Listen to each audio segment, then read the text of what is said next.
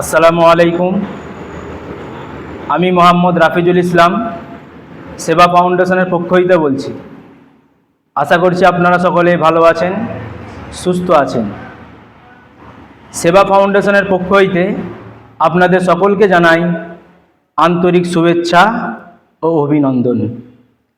আজ 11ই জানুয়ারি রবিবার সেবা ফাউন্ডেশনের পক্ষ হইতে গরিব, অসহায়, শীতার্ত মানুষের মাঝে শীতবস্ত্র বিতরণের কর্মসূচি আয়োজন করা হয়েছে।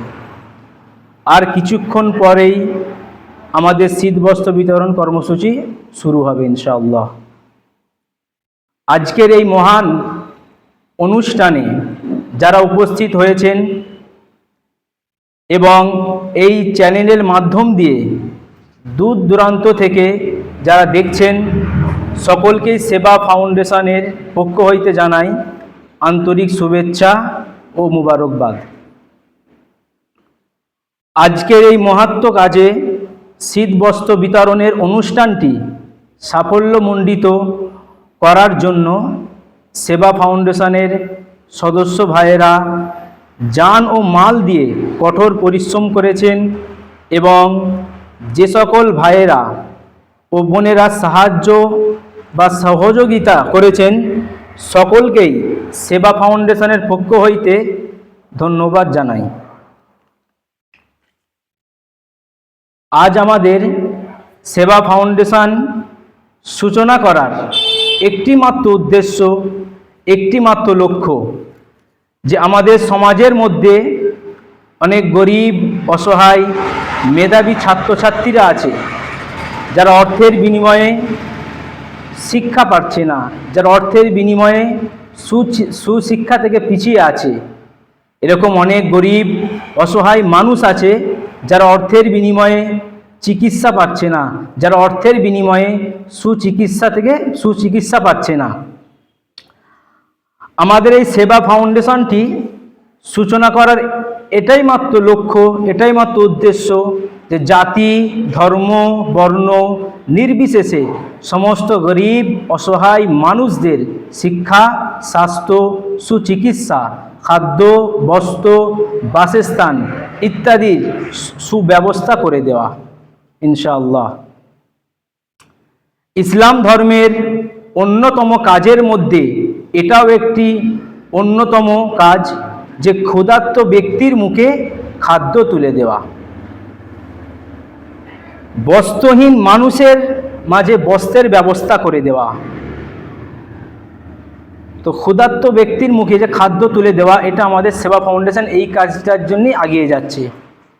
সেবা ফাউন্ডেশনের এটাই লক্ষ্য যে জাতি, ধর্ম, বর্ণ নির্বিশেষে সমস্ত ধরনের মানুষ, সমস্ত এলাকার মানুষ, সমস্ত ধর্মের মানুষদের, গরিব অসহায় মানুষদের কল্যাণের জন্যে সেবা ফাউন্ডেশন সদা সর্বদা কাজ করবে ইনশাআল্লাহ। সেবা ফাউন্ডেশন হলো অরাজনৈতিক সংগঠন। আমাদের এই সেবা ফাউন্ডেশনটা একটি অরাজনৈতিক সংগঠন। এটাই কখনো বা কোনো দিনও কোনো রাজনৈতিক দলের সঙ্গে যুক্ত হবে না, কোনো রাজনৈতিক দলকে ব্যক্তিগতভাবে সেবা ফাউন্ডেশন থেকে কোনো রকম কোনো সাপোর্ট করবে না। এই ভিডিওটি যে যেখান থেকে দেখছেন সকলকে আহ্বান করছি, সকলকেই আমি অনুরোধ করছি যে আপনারা সকলেই সেবা ফাউন্ডেশনের সঙ্গে যুক্ত হয়ে সমাজে জাতি, ধর্ম, বর্ণ নির্বিশেষে সমস্ত গরিব, অসহায় মানুষের বন্ধু হিসাবে নিজেকে তৈরি করুন। আপনার একটি সাহায্য, আপনার একটি সহযোগিতা এরকম একাধিক গরিব, অসহায় মানুষের জীবন বাঁচতে পারে। আজ আমাদের সেবা ফাউন্ডেশনের পক্ষ হইতে এই যে শীতবস্ত্র বিতরণের মূল লক্ষ্য, মূল উদ্দেশ্য হলো এটাই যে গরিব, অসহায়, শীতার্ত মানুষের মুখে হাসি ফোটানো।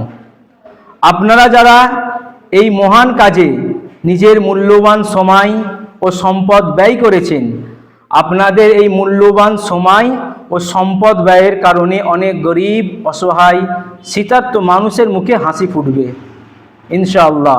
এবং ওই সকল গরিব, অসহায় মানুষের অন্তর থেকে দোয়া বা আশীর্বাদ থাকবে আপনাদের সকলের জন্য।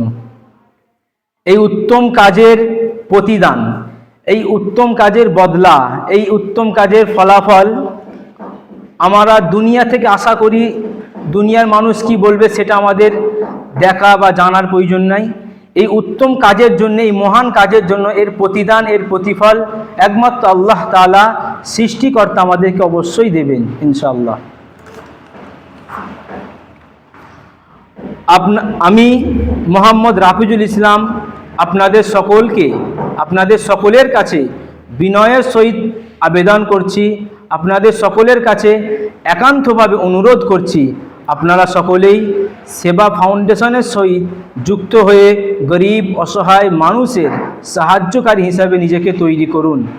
মহান আল্লাহ তাআলা আমাদের সকলকে গরিব অসহায় মানুষদের শিক্ষা, স্বাস্থ্য, সুচিকিৎসা, খাদ্য, বস্ত্র, বাসস্থান ইত্যাদি সর্বাধিক উপকার করার তৌফিক দান করেন।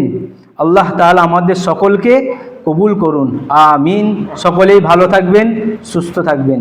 সেবা ফাউন্ডেশন পক্ষ হইতে আপনাদের সকলকেই আন্তরিকবাদ ও শুভেচ্ছা। আসসালামু আলাইকুম। সেবা ফাউন্ডেশনের পক্ষ থেকে কতজনকে শীত বস্ত্র বিতরণ দেওয়া হচ্ছে? আজ 11ই জানুয়ারি। প্রশ্ন করলাম, আপনি উত্তর দেবেন। আচ্ছা।